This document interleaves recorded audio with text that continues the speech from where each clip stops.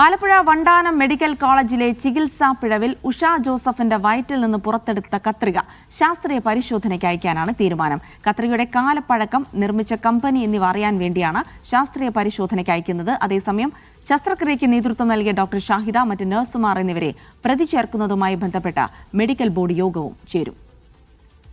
ഫൈസൽ അസീസ് വിവരങ്ങൾ നൽകും. ഫൈസൽ, അങ്ങനെ വണ്ടാനം ചികിത്സാ പിഴവിലൊടുവിൽ ശസ്ത്രക്രിയ നടത്തിയ ഫോസെപ്സ് ഒക്കെ പുറത്തെടുത്തിരുന്നു. ഇനിയിപ്പോൾ അതൊരു ശാസ്ത്രീയ പരിശോധനയ്ക്ക് അയക്കുന്നതിന്റെ പിന്നിലെ കാരണം എന്താണ്? ഒപ്പം തന്നെ ഇന്നത്തെ യോഗം, മെഡിക്കൽ ബോർഡ് യോഗം, അത് എത്രത്തോളം നിർണായകമാണ്?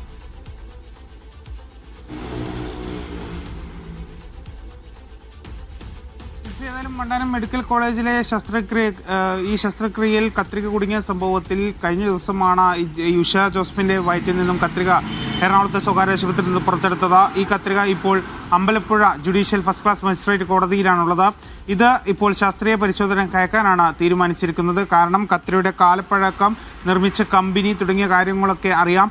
അങ്ങനെ അറിയുന്നതിലൂടെ ഈ മെഡിക്കൽ കോളേജിൽ നിന്ന്, അതായത് വണ്ടാനം മെഡിക്കൽ കോളേജിൽ നിന്ന് തന്നെയാണോ ഈ കത്രിക അകത്ത് കുടുങ്ങിയത്, വയറ്റിൽ കുടുങ്ങിയത് തുടങ്ങിയ കാര്യങ്ങളൊക്കെ അറിയാൻ സാധിക്കും. ഇത്തരം പരിശോധനകൾക്കൊക്കെ വേണ്ടിയാണ് കത്രിക ഫോറൻസിക് പരിശോധനയ്ക്ക് അയക്കുന്നത്.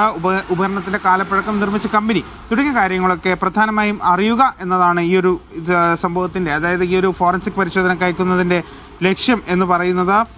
മാത്രമല്ല, ഈ മെഡിക്കൽ കോളേജിൽ ഇത്തരം ഉപകരണങ്ങൾ വാങ്ങിയതിന്റെ രേഖകളും പോലീസ് പരിശോധിക്കും എന്ന് തന്നെയാണ് മനസ്സിലാക്കുന്നത്. ഏതായാലും ഈ ഒരു സംഭവത്തിൽ ഈ മറ്റ്